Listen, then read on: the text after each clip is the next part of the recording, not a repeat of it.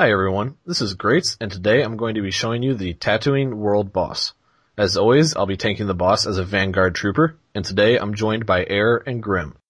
For this setup, you can run it as an 8-man with a single tank, 5 DPS, and 2 healers, but this was a guild event, so you'll be seeing us use the full 24-man operation. Hello everybody, this is Grim, and I will be doing melee DPS as a Jedi Sentinel. Hi everyone, I'm Air. I'm doing main tank healing as a Jedi Sage. And as you can see, we decided to make a little motorcycle gang of our own here. Some people did not have the Tatooine taxi path that's next to Trapjaw, so we decided to just hoof it out there on our Collector's Edition bikes. You can see Torzel here in the front. He is the leader of the First Order, and our fearless guild leader that is leading us on a little path of revenge because he decided to click on some dead skull next to some Jawas, and well, he got killed, so he decided to form a guild event to get his revenge.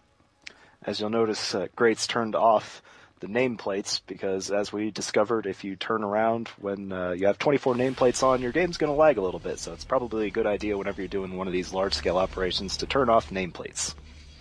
I love how we mount up here and all have Collector's Edition bikes. I think we did have 22 out of 24 people on Collector's Edition, so that shows how much money us nerds like to spend on our Star Wars.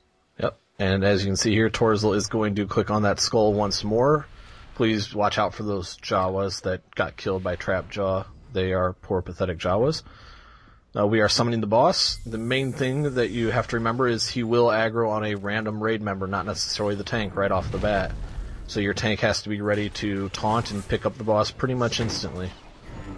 As you can see here, I am just picking up the boss, and it is a really simple fight as far as that goes. It is a tank and spank where, really as the tank, all you have to do is worry about keeping ahead of the DPS and holding the aggro. There is no meter at the moment, so you'll just have to do as much damage as you possibly can. Other than that, you get a debuff on you. That's the main thing to worry about, and it reduces your armor by 100%. But it can be cleansed, so the healers really have to keep up on that one.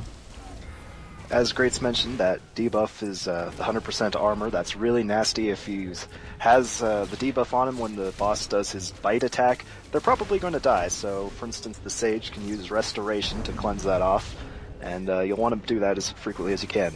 Healing the main tank is extremely easy. It's just, I was using Rejuvenate, a healing trance, and then I could use Noble Sacrifice. I was sitting at 100% force the whole time.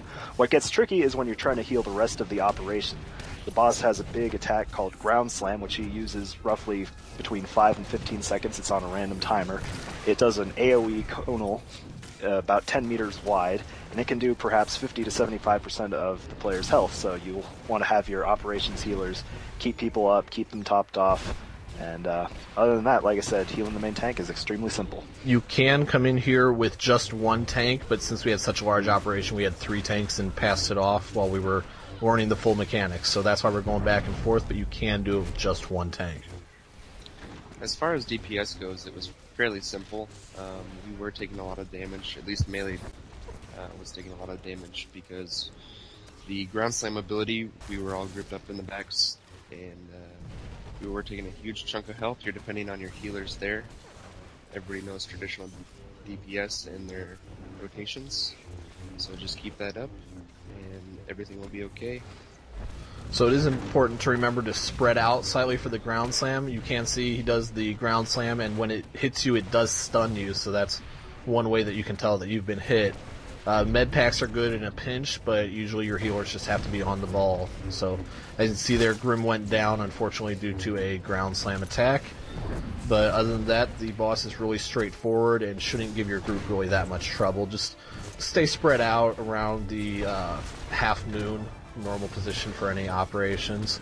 That's basically just to the sides and the back of the boss, as you can see here where all the DPS is and where all the blaster bolts are pouring in from.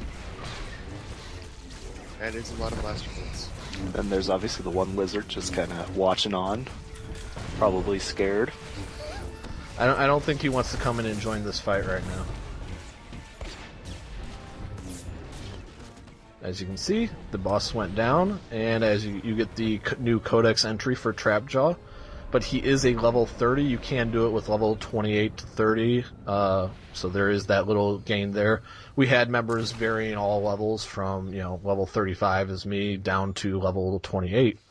So it can be done with a wide variety of people, and it just gets easier the higher level you are. Other than that, thank you all for watching. Please make sure to check out our other boss kill videos and our other Slash